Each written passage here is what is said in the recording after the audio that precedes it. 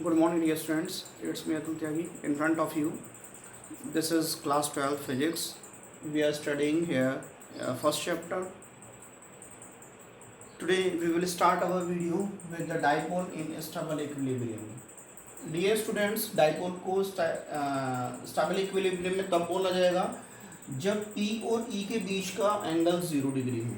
कहने का मतलब है कि जो आपका इलेक्ट्रिक डाइपोल मूवमेंट है और इलेक्ट्रिक फील्ड इन दोनों की जो डायरेक्शन है सेम डायरेक्शन में हो, मींस दोनों के बीच का एंगल 0 डिग्री हो, तो इस सिचुएशन में डाइपोल को स्टेबल इक्विलिब्रियम में कहा जाएगा। डाइपोल इन अनस्टेबल इक्विलिब्रियम, डाइपोल को अनस्टेबल इक्विलिब्रियम में कब कहा जाएगा?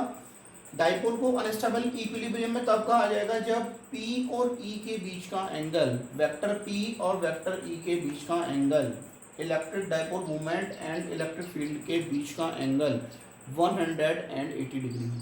Clear? Gauss law in electrostatics.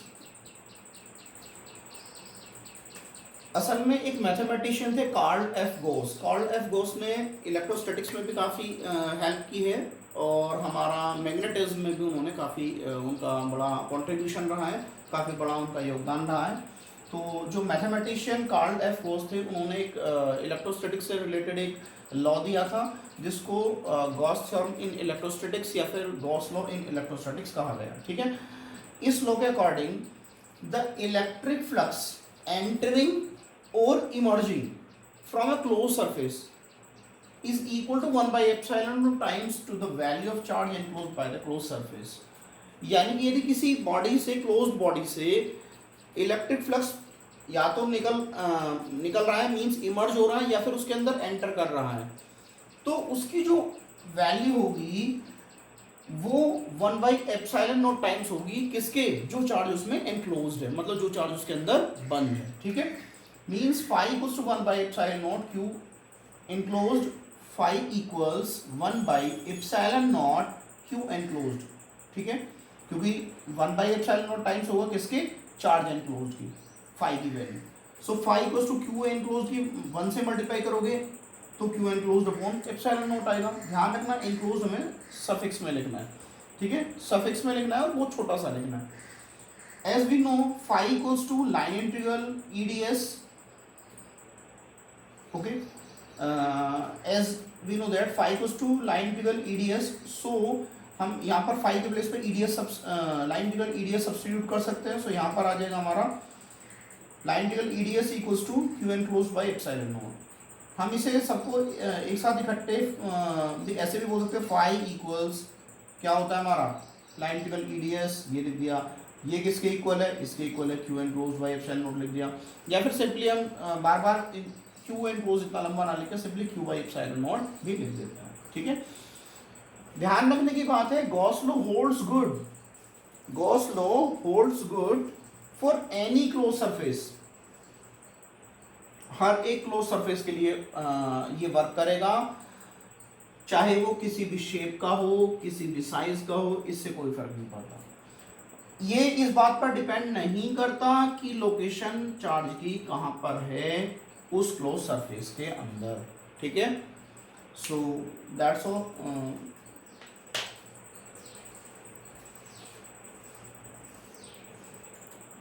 That's all clear. So now importance of Gauss law. हम गॉस लॉ को क्यों स्टडी कर रहे हैं, क्या रीजन है हम क्यों स्टडी करें इसे, इससे क्या फायदा है हमें? Importance of Gauss law, this law makes it possible to gain information about the properties of conductor।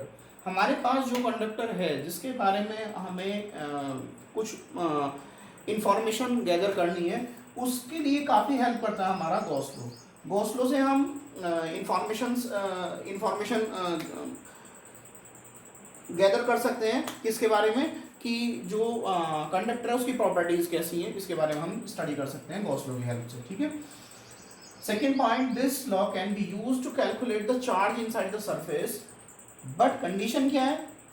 If vector E means electric field is known for all points on the given close surface. यदि हमको ये पता है electric field हर एक point पर पता है उस गिवन क्लोज सरफेस के लिए, जो भी सरफेस हमें दी हुई है क्लोज सरफेस होनी चाहिए, ओपन नहीं होनी चाहिए, तो इस लॉ की हेल्प से, मींस गॉस लॉ की हेल्प से हम जो उस सरफेस के अंदर चार्ज है उसको हम कैलकुलेट कर सकते हैं। अब गॉस लॉ को अप्लाई कैसे करेंगे, गॉस लॉ पर जो एप्लीकेशंस हैं उनमें हम कैसे गॉस लॉ को अप्लाई करेंगे उसे देखते हैं जरा। How to apply Gauss law, Gauss law कैसे अप्लाई किया जाता है, या फिर steps for using Gauss law, कैसे कैसे आपको step by step Gauss law को अप्लाई करना है। तो सबसे पहले क्या करते हैं, ये आपके बेसिकली ये आपसे पूछा नहीं जाएगा एग्जाम्स में, बट इसकी हेल्प के बिना आप अपने डेरिवेशन को सॉल्व नहीं कर पाएंगे। So assume observation point where electric field is to be determined. सबसे पहले हमें कोई ऑब्जर्वेशन पॉइंट एज्यूम करना होगा जहां पर हम इलेक्ट्रिक फील्ड हमें डिटरमाइन करना है, जहां पर हमें इलेक्ट्रिक फील्ड फाइंड आउट करना है। नंबर 2, एज्यूम ए क्लोज सरफेस। अब हमको क्लोज सरफेस को एज्यूम करना होगा, इस क्लोज सरफेस को ही हम गॉसियन सरफेस बोलते हैं। विच passes from the observation point, ये जो क्लोज सरफेस है, ये जो गॉसियन सरफेस है, ये उस ऑब्जर्वेशन पॉइंट से पास आउट होनी चाहिए। थर्ड पॉइंट है calculate area of Gaussian surface. अब हम क्या करते हैं, उस गॉसियन सरफेस का एरिया कैलकुलेट करते हैं कि कितना उसका एरिया है, ठीक है। Next calculate Q enclose. अब हम क्या करते हैं, जो चार्ज है उसमें एनक्लोज है चार्ज, उसको कैलकुलेट करते हैं, उसका कैलकुलेशन करते हैं। Draw electric field lines for given destination. इसके बाद हम क्या करते हैं, electric field lines pass out कराते हैं। Determine angle between electric field lines and area vector element at every point. जहां जहां पर हमको फाइंड आउट करना है वहां का हम एरिया एलिमेंट ले लेंगे और इलेक्ट्रिक फील्ड लाइंस। उसके बाद हम ये देखेंगे कि उस एरिया वेक्टर और इलेक्ट्रिक फील्ड लाइंस के बीच में कौन सा एंगल क्रिएट हो रहा है, ठीक है, मतलब कितना एंगल क्रिएट हो रहा है, ठीक है। नाउ अप्लाई गॉस लॉ, उसके बाद आप गॉस लॉ अप्लाई कर दीजिए, सिंपल सी बात है। आप इस तरह से इसे सॉल्व आउट कर सकते हैं। Dear students, now we will see here proof of Gauss law from spherical symmetric surface. यहाँ पर एक स्फेरिकल सिमेट्रिक सरफेस ली हुई है हमारी, कोई स्फेरिकली कोई बॉडी है, ठीक है। यहाँ पर इसके सेंटर ओ है इसका, और जो इसकी रेडियस है इस स्फेरिकली सिमेट्रिक बॉडी की वो हमारी आर है, ठीक है। अब हमको पता होता है इस सरफेस का जो इसका एरिया वेक्टर होगा वो हमारा आउटवर्ड होगा इस टाइप से हमारा, ठीक है, ये हमारा इस डायरेक्शन में होगा। और जो इलेक्ट्रिक फील्ड लाइंस के लिए पॉजिटिव चार्ज क्यू रखा हुआ है तो वो भी फील्ड लाइंस भी आउटवर्ड ही होंगे ऐसे। और दोनों के बीच में कितने डिग्री का एंगल होगा, 0 डिग्री का एंगल। यदि ये हमारा सरफेस की डायरेक्शन एरिया वेक्टर है हमारा ये, और ये हमारा इलेक्ट्रिक फील्ड लाइंस है, तो दोनों के बीच का एंगल कितना होगा, 0 डिग्री। सो ये दोनों के बीच का एंगल 0 डिग्री। सो स्टार्ट करते हैं। Let us suppose the surface S is a sphere of radius R. ये जो सरफेस एस है इसे एस कंसीडर कर सकते हैं सरफेस को, उसकी रेडियस आर है, ये रही आर रेडियस यहाँ से यहाँ तक, और उसका सेंटर ओ है, सेंटर ओ है। Where charge Q is situated, यहाँ पर ही चार्ज क्यू सिचुएटेड है, यहाँ पर चार्ज क्यू रखा हुआ है, ठीक है, सेंटर पर चार्ज क्यू रखा हुआ है, okay. The surface S is a Gaussian surface. हमने सरफेस एस को गॉसियन सरफेस कंसिडर किया हुआ है। अब हम क्या करेंगे, हमको पता होता है डी फाई इक्वल्स टू क्या होता है हमारा, वेक्टर ई डी एस, ठीक है। इसको हम कैसे लिख सकते हैं, d phi equals to dot product है, कॉस थीटा आ जाएगा, E d S cos theta. From figure हमको पता चल रहा है दोनों की डायरेक्शन सेम है, 0 डिग्री का एंगल है, theta equals to 0 degree. So d phi equals to E d S cos 0 degree, d phi equals to E d S into 1, क्योंकि cos 0 क्या होता है हमारा, since cos 0 equals to 1। So d phi equals to E d S. Integrate कर दो दोनों side,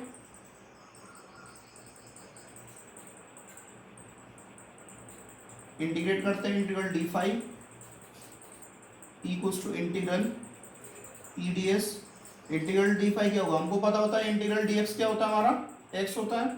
सो ये हो जाएगा हमारा फाई इक्वल्स टू ई, हमारा कांस्टेंट बाहर आ गया डी एस, ठीक है। कोई डाउट,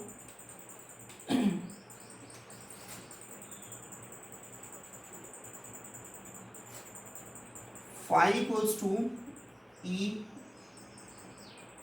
इंटू ये इंटीग्रल ds, इसका एरिया, सरफेस एरिया कितना होता है, सरफेस एरिया स्फीयर का कितना होता है, सरफेस एरिया ऑफ स्फीयर क्या होता है हमारा 4πr², ये where R is the radius, यहाँ पर आर रेडियस है तो हम लिख सकते हैं into 4πr²।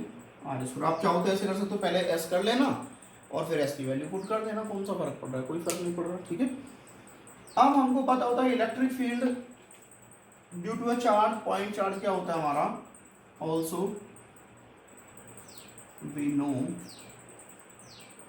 E equals to क्या होता है हमारा 1/4πε0 इंटू Q/r²। सो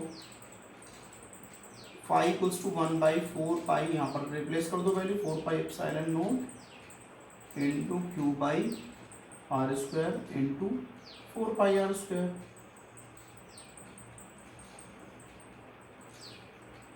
r² से r² कैंसिल, 4π से 4π कैंसिल, तो बस हमारा Q/5 equals to Q/ε0 which is the Gauss law.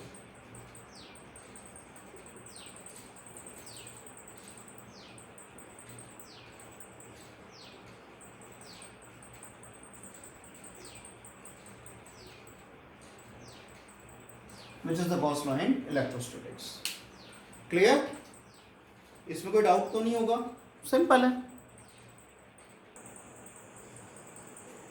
Dear students, if you want to obtain Coulomb's law from Gauss law in electrostatics, अब की बार हम क्या कर रहे हैं, कूलम्ब्स लॉ को ऑब्टेन करना चाह रहे हैं गॉस लॉ की हेल्प से, जो गॉस थ्योरम है इलेक्ट्रोस्टैटिक्स में उसकी हेल्प से हम कूलम्ब्स लॉ को ऑब्टेन करेंगे। बिल्कुल सेम कंडीशन है, यहाँ तक बिल्कुल सेम कंडीशन है जो मैंने अभी आपको पिछले डेरिवेशन में बताया, फिर भी एक बार दोबारा से बताता हूँ। Let us suppose the surface S is a sphere of radius r,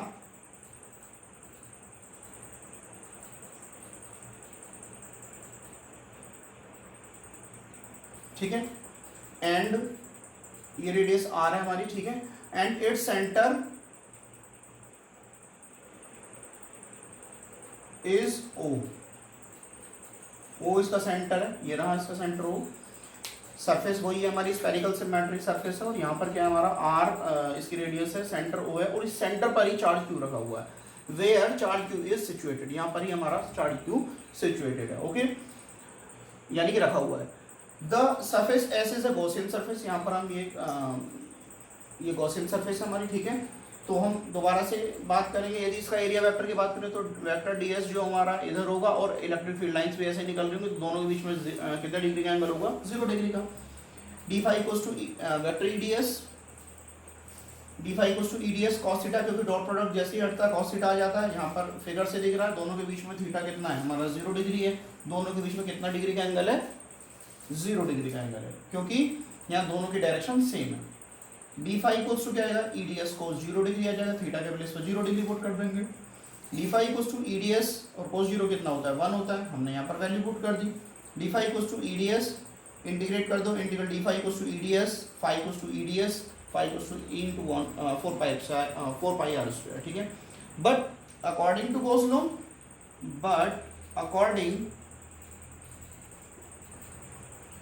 to Gauss's law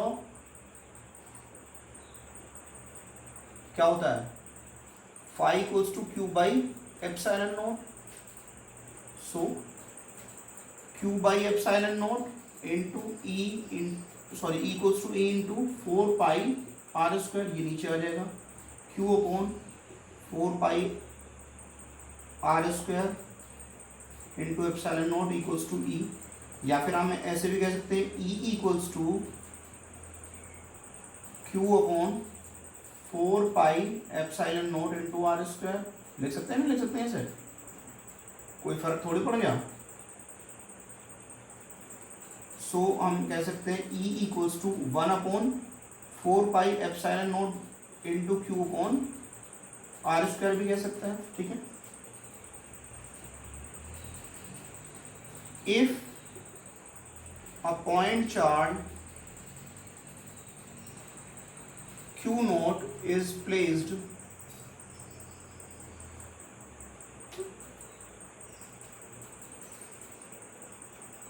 on the surface of sphere, then तो क्या होगा हमारा F इक्वल्स टू क्या हो जाएगा Q नोट, जो चार्ज है हमारा पॉइंट चार्ज वो into electric field F equals to, but E क्या हमारा ये है, तो F इक्वल्स टू क्या होगा, इसे इक्वेशन 1 कंसीडर कर सकते हैं आप, दिस इज, ये इक्वेशन 1 कंसीडर कर लीजिए आप, ठीक है। पुट वैल्यू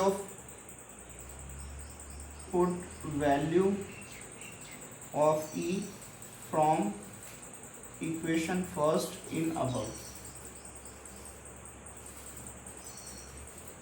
इक्वेशन फर्स्ट से E की वैल्यू हम ऊपर रख रहे हैं इसमें, F equals to Q naught 1/4πε0 into Q by r square, या फिर हम कह सकते हैं F equals to 1/4πε0 Q into Q naught upon r square,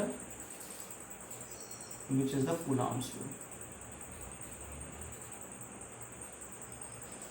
which is the COULOMBS Coulomb's law. Okay, that's all for the day. Thank you, have a nice day.